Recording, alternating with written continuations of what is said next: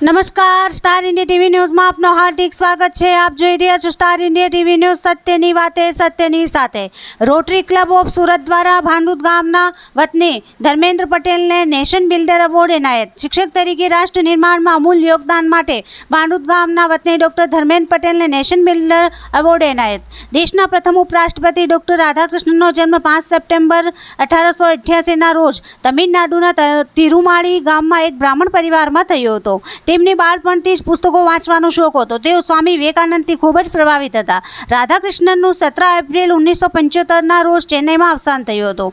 1962માં જ્યારે તેમણે ભારતના રાષ્ટ્રપતિ પદ સંભાળ્યું ત્યારે તેમના કેટલાક વિદ્યાર્થીઓ અને મિત્રો તેમની પાસે પહોંચ્યા અને તેમના જન્મદિવસની ઉજવણી કરવાની મંજૂરી આપવા વિનંતી કરી હતી। તેમણે જવાબ આપ્યો કે મારો જન્મદિવસ અલગથી ઉજવવાને બદલે જો 5 સપ્ટેમ્બર શિક્ષક દિવસ તરીકે ઉજવવામાં આવે તો એ મારા માટે ગૌરવપૂર્ણ લાવવું હશે। ત્યારે શિક્ષક દિવસ તેમની જન્મ જયંતિ એટલે કે 5 સપ્ટેમ્બર ઉજવવાનું શરૂ થયો। તે અંતર્ગત હાલ કોબાબ શાળામાં પ્રિન્સિપલ તરીકે ફરજ બજાવે છે।